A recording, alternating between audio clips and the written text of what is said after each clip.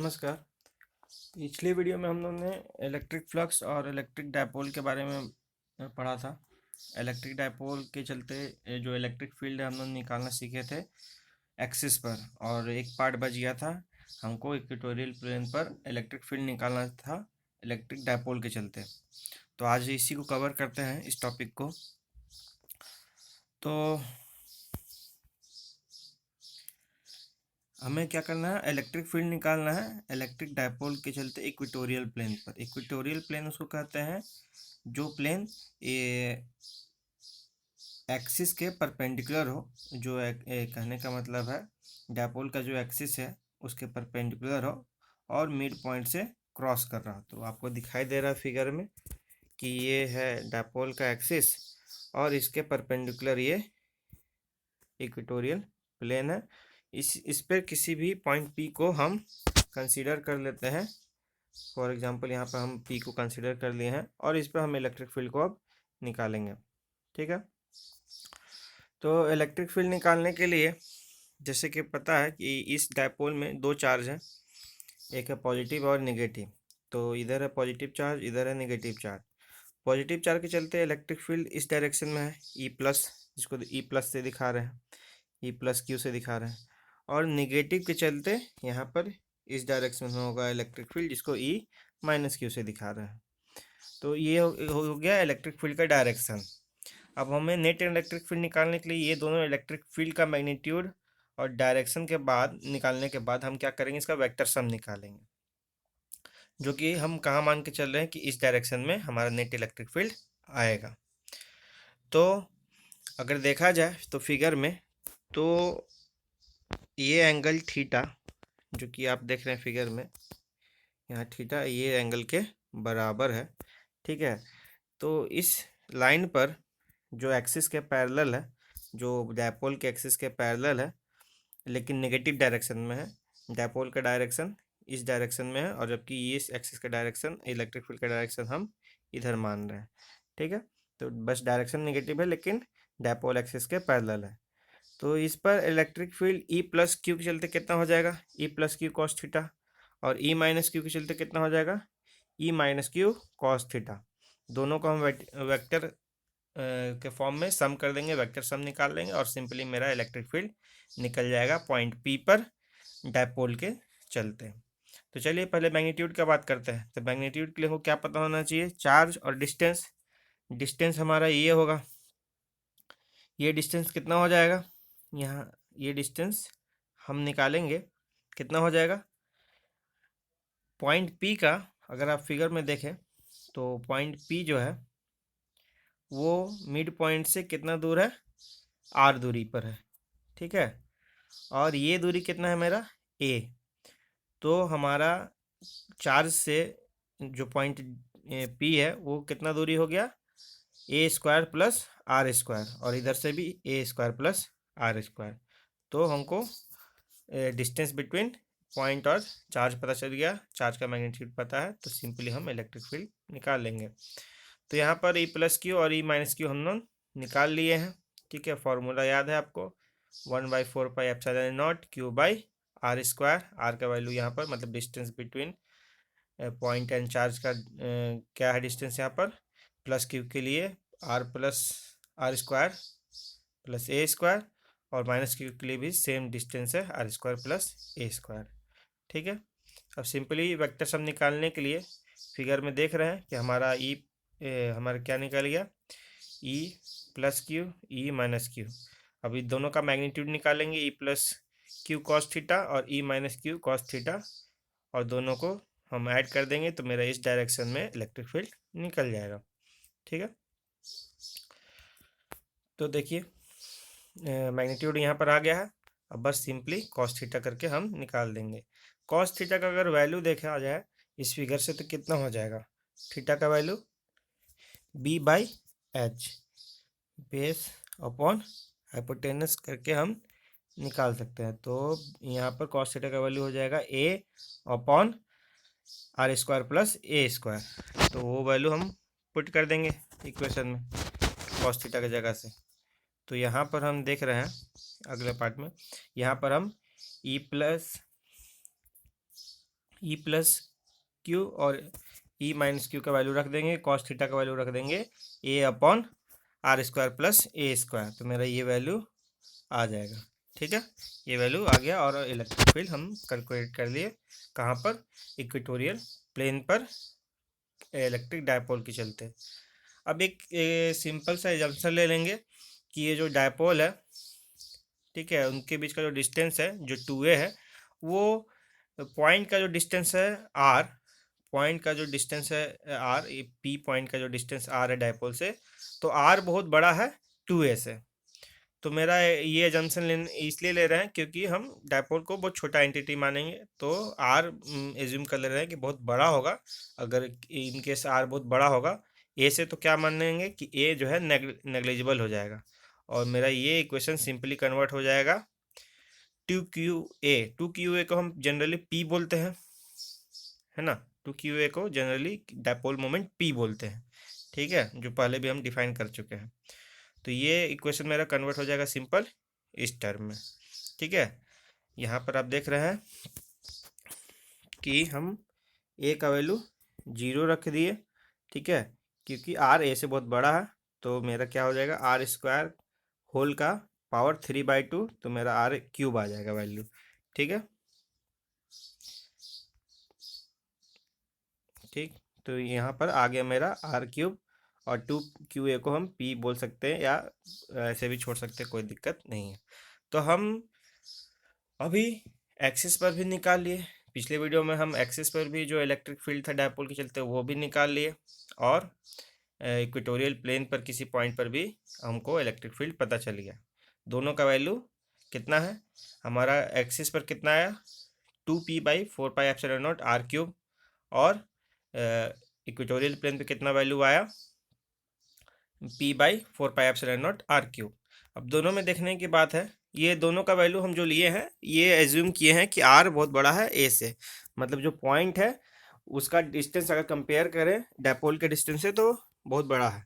तब यहाँ पर क्या देख रहे हैं कि दोनों जो इलेक्ट्रिक फील्ड का जो वैल्यू आया है उसमें जो डिस्टेंस है मेरा वो किसके प्रोपोर्शनल है, आर क्यूब के, सॉरी, जो इलेक्ट्रिक फील्ड है वो इनवर्सली किसके प्रोपोर्शनल है, आर क्यूब के। जबकि जनरली कूलम्स लॉ या इलेक्ट्रिक फील्ड का फॉर्मूला में क्या होता है, आर स्क्वायर। ठीक है, लेकिन यहाँ पर डायपोल के चलते अगर हम इलेक्ट्रिक फील्ड देख रहे हैं तो किसी भी पॉइंट में, चाहे एक्सिस पर हो चाहे इक्वेटोरियल प्लेन पर हो, वो कितना आ रहा है, आर क्यूब के प्रोपोर्शनल है। मतलब पहले की अपेक्षा ज़्यादा अगर डिस्टेंस बढ़ाएंगे तो बहुत ज़्यादा इलेक्ट्रिक फील्ड डिक्रीज होगा। मतलब किसी नॉर्मल सिस्टम के कंपैरिजन में डायपोल का जो इलेक्ट्रिक फील्ड है वो डिस्टेंस बढ़ाने से बहुत ज़्यादा ही घटता है जल्दी। ठीक है, ये कहाँ से पता चला, क्योंकि पहले मेरा कूलम्स लॉ में आर स्क्वायर आ रहा था, जो इलेक्ट्रिक फील्ड या इलेक्ट्रिक फोर्स था वो आर स्क्वायर के प्रोपोर्शनल था, जबकि यहाँ पर मेरा क्या आया है, यहाँ पर आर क्यूब आया है। यानी कि कूलम्स लॉ के कंपैरिजन में या किसी नॉर्मल सिस्टम के कंपैरिजन में डायपोल जो है आर क्यूब, मतलब आर क्यूब के फॉर्म में जो है इलेक्ट्रिक फील्ड घटता है ना, इन्वर्सली प्रोपोर्शनल आर क्यूब है ना कि आर स्क्वायर। ठीक है, एक और इम्पॉर्टेंट बात कर लेते हैं और उसके बाद हम बात करेंगे कि ये सारे टॉपिक हम क्यों पढ़ रहे थे, इलेक्ट्रिक डायपोल क्यों पढ़ रहे थे। तो ये जो रिजल्ट है इसको अभी आप याद रखिएगा। ठीक है, इसको हम फिजिकल सिग्निफिकेंस बताने के समय यूज करेंगे। ठीक, तो एक छोटा सा टॉपिक बीच में पढ़ लेते हैं इलेक्ट्रिक डायपोल का। एक और टॉपिक है, क्या है, टॉर्क ऑन इलेक्ट्रिक डायपोल। ठीक है, ये कंडीशन कब ले रहे हैं, जब इलेक्ट्रिक डायपोल किसी इलेक्ट्रिक फील्ड के बीच में रखा गया हो जिसका वैल्यू हम ले रहे हैं ई। ठीक है, इलेक्ट्रिक फील्ड के बीच में अगर रखा गया हो इलेक्ट्रिक डायपोल, इस तरह से ढेर सारे electric field lines uniform electric field में रखा गया है। ठीक है, जिसका डायरेक्शन हम यहाँ पर दिखा रहे हैं इलेक्ट्रिक फील्ड का। तो इलेक्ट्रिक फील्ड में अगर डायपोल को रखा जाए यूनिफॉर्म इलेक्ट्रिक फील्ड में अगर डायपोल को रखा जाए तो क्या होगा। तब आप देख रहे हैं कि यहाँ पर प्लस क्यू पर कितना फोर्स लगेगा, क्यू ई फोर्स, क्योंकि आपको पता है ये इलेक्ट्रिक फील्ड क्या होता है, इलेक्ट्रिक फील्ड आपको होता है एफ अपॉन क्यू। ठीक है, क्या बोल सकते हैं कि आपको एफ कितना हो गया, क्यू ई। ठीक, तो इस पे कितना प्लस पे कितना फोर्स लगेगा, plus Q E electric field के डायरेक्शन में, ठीक है, इलेक्ट्रिक फील्ड के डायरेक्शन में प्लस क्यू ई फोर्स लगेगा, और माइनस चार्ज पे कितना लगेगा, माइनस क्यू ई, यानी कि नेगेटिव डायरेक्शन में फोर्स लगेगा। इस पे इस डायरेक्शन में फोर्स लग रहा है प्लस पर, ठीक है, और माइनस पे नीचे की डायरेक्शन में फोर्स लग रहा है। तब क्या होगा, ये जो इलेक्ट्रिक डायपोल है वो रोटेट करने लगेगा, ठीक है, वो रोटेट करने लगेगा, ठीक है, और ये मतलब टॉर्क महसूस करेगा। ये इलेक्ट्रिक जो यूनिफॉर्म इलेक्ट्रिक फील्ड है उसके चलते जो फोर्स लग रहा है, उस फोर्स के चलते ये क्या महसूस करेगा, एक टॉर्क फोर्स, ठीक है, टॉर्क फोर्स महसूस करेगा और ये रोटेट करने लगेगा। तो टॉर्क कितना लगेगा, सिंपली अगर यहाँ पे टॉर्क कैलकुलेट करना चाहे कि ये फोर्स के चलते टॉर्क कितना लगेगा, तो टॉर्क का वैल्यू अगर आपको याद होगा टाउ, तो क्या होता था, टाउ का वैल्यू हम निकालते थे वहाँ पर, जैसे कि हम लोग मैकेनिक्स में पढ़े थे, तो टाउ का वैल्यू कितना होता था, आर क्रॉस एफ, है ना, ठीक है। यहाँ पर ये जो टॉर्क का वैल्यू है वो मेरा कितना हो जाएगा, एक बार देखा जाए, आर क्रॉस एफ वहाँ होता था, एफ क्या था वहाँ पर, फोर्स, और आर क्या था, रेडियल आर्म, ठीक है, आर क्या था, रेडियल आर्म, मैकेनिक्स में बात किया जाए, उसी से कंपेयर करें तो यहाँ पर हमको निकालना होगा, अगर रेडियल आर्म, फोर्स तो हमारा पता चल गया क्यू ई है, ठीक है, फोर्स मेरा कितना है, क्यू ई, ठीक, हमको टाउ पता करना है, टाउ का वैल्यू हम मैकेनिक्स से पता है आर क्रॉस एफ होता है, एफ मेरा पता चल गया, ये है क्यू ई, ठीक, और हमको क्या पता चल करना है, आर यानी कि रेडियल आर्म, तो रेडियल आर्म कितना हो जाएगा, रेडियल आर्म मतलब जो कि प्रोजेक्शन हो, ये जो डिस्टेंस है, ये 2a जो डिस्टेंस है बिटवीन डायपोल्स, उसका प्रोजेक्शन इलेक्ट्रिक फील्ड के परपेंडिकुलरली कितना होगा, तो कितना हो जाएगा, to sign 2a sine theta, 2a जो है वो क्या है, 2a जो है वो डिस्टेंस बिटवीन डायपोल है, इधर वैल्यू डायपोल का वैल्यू कितना आ जाएगा, इस डायरेक्शन में अगर देखा जाए इलेक्ट्रिक फील्ड के डायरेक्शन में मेरा डायपोल का वैल्यू आ जाएगा 2a कॉस थीटा, और उसके परपेंडिकुलर में कितना वैल्यू आ जाएगा, 2a साइन थीटा। तो रेडियल आर्म इस परपेंडिकुलर लेते थे, आपको याद होगा, आर क्रॉस एफ को लिख सकते हैं आर एफ साइन थीटा, तो आर साइन थीटा होता था रेडियल आर्म, तो वैसे यहाँ कितना हो जाएगा 2a साइन थीटा, ठीक है, 2a साइन थीटा। तो अगर मैकेनिक्स का आपको याद है रोटेशनल का, तो ये सिंपल सा प्रॉब्लम था, तो मेरा कितना रेडियल आर्म निकल गया 2a साइन थीटा, ठीक है, तो यहाँ पर हम रख दिए आर का value 2a sine theta, force का वैल्यू क्यू ई, तो मेरा मैग्नीट्यूड ऑफ टॉर्क कितना आ गया 2qa ई साइन थीटा, 2qa को हम क्या बोलते हैं, डायपोल मोमेंट p, तो मेरा पी ई साइन थीटा आ गया, और पी ई साइन थीटा को क्या लिख सकते हैं, p क्रॉस ई, है ना, तो टॉर्क कितना हो गया इलेक्ट्रिक डायपोल के चलते, p क्रॉस ई, p क्या है, डायपोल मोमेंट, ठीक है। तो एक सिंपल सा टॉपिक था कि इलेक्ट्रिक डायपोल अगर यूनिफॉर्म इलेक्ट्रिक फील्ड में रखा जाए तो क्या होगा, वो रोटेट करेगा, और उस पर टॉर्क कितना लगेगा, पी क्रॉस ई। अब दूसरा क्वेश्चन ये आता है, ये आप सोचिए कि अगर यूनिफॉर्म इलेक्ट्रिक फील्ड ना हो, ठीक है, अगर यूनिफॉर्म इलेक्ट्रिक फील्ड ना हो, यहाँ तो यूनिफॉर्म इलेक्ट्रिक फील्ड था, ठीक है, अगर यूनिफॉर्म इलेक्ट्रिक फील्ड ना हो, तब इलेक्ट्रिक डायपोल के साथ क्या होगा, क्या वो रोटेशनल मोशन करेगा, क्या वो रोटेशनल मोशन नहीं करेगा, या लीनियर मोशन करेगा, या लीनियर और रोटेशनल दोनों करेगा। तो सोचिए एक बार कि अगर नॉन यूनिफॉर्म इलेक्ट्रिक फील्ड है, तब इलेक्ट्रिक डायपोल कैसा मोशन करेगा, ठीक है। तो ये था डायपोल का कुछ थ्योरेटिकल पार्ट, हम लोग पढ़े डायपोल के बारे में कि डायपोल इलेक्ट्रिक फील्ड कितना प्रोड्यूस करता है किसी पॉइंट पर, अब वो एक्सिस पे हो या इक्वेटोरियल प्लेन पे हो, तो कितना इलेक्ट्रिक फील्ड हम महसूस करते हैं डायपोल के चलते, और डायपोल खुद अगर इलेक्ट्रिक फील्ड में रखा गया तो वो क्या करेगा, वो किस तरह का मोशन करेगा। हम लोग एक केस यूनिफॉर्म मोशन का पढ़े, और नॉन यूनिफॉर्म का हम आप पे छोड़ देते हैं, सोच के बताइएगा, अगर डाउट लगता है तो आप पूछ सकते हैं, ठीक है। अब बात करते हैं कि ये टॉपिक हम क्यों पढ़ रहे थे, ठीक है, यानी इस टॉपिक का सिग्निफिकेंस क्या है, ठीक। तो आते हैं फिजिकल सिग्निफिकेंस ऑफ डायपोल पर। तो फिजिकल सिग्निफिकेंस ऐसा है कि हम बहुत सारे मॉलिक्यूल पढ़े हैं, ठीक है। और केमिस्ट्री की बात करें तो केमिस्ट्री में बहुत सारे टाइप के मॉलिक्यूल पढ़े हैं। अगर उसमें दो टाइप का बात किया जाए खास, कि कुछ मॉलिक्यूल की पोलैरिटी होती है, मतलब कुछ मॉलिक्यूल के क्या होते हैं, डायपोल मोमेंट शो करते हैं, और कुछ मॉलिक्यूल न्यूट्रल होते हैं, डायपोल मोमेंट शो नहीं करते हैं। अगर केमिस्ट्री की बात किया है तो वहाँ डायपोल मोमेंट के बारे में क्या बोलते थे, कि वो मॉलिक्यूल पोलर होंगे जिनके जो सेंटर ऑफ पॉजिटिव चार्ज और नेगेटिव चार्ज अगर अलग है, सेपरेट है, कुछ उनका डिस्टेंस मेंटेन है, तब वो डायपोल क्रिएट करेंगे, एक डायपोल मोमेंट क्रिएट करेंगे। और अगर ऐसा नहीं है कि सेंटर ऑफ जो पॉजिटिव चार्ज है नेगेटिव चार्ज है अगर कॉन्साइड करे तो डायपोल मोमेंट जीरो हो जाएगा। तो जो कुछ एलिमेंट जो डायपोल मोमेंट शो करते हैं वो क्या होगा, कि जब इलेक्ट्रिक फील्ड के बीच में वैसे एलिमेंट या वैसे कंपाउंड को रखा जाए तो जो उनका नेट डायपोल मोमेंट है वो इलेक्ट्रिक फील्ड के चलते इलेक्ट्रिक फील्ड एक्सपीरियंस करेगा, ठीक है। और क्या होगा, अगर कहने का मतलब है कि हम बात कर रहे हैं कि जो एलिमेंट कंपाउंड या कोई भी ऐसा मॉलिक्यूल जो क्या करे, डायपोल मोमेंट शो करे, ठीक है, अगर उनको हम इलेक्ट्रिक फील्ड में रखेंगे तो क्या होगा।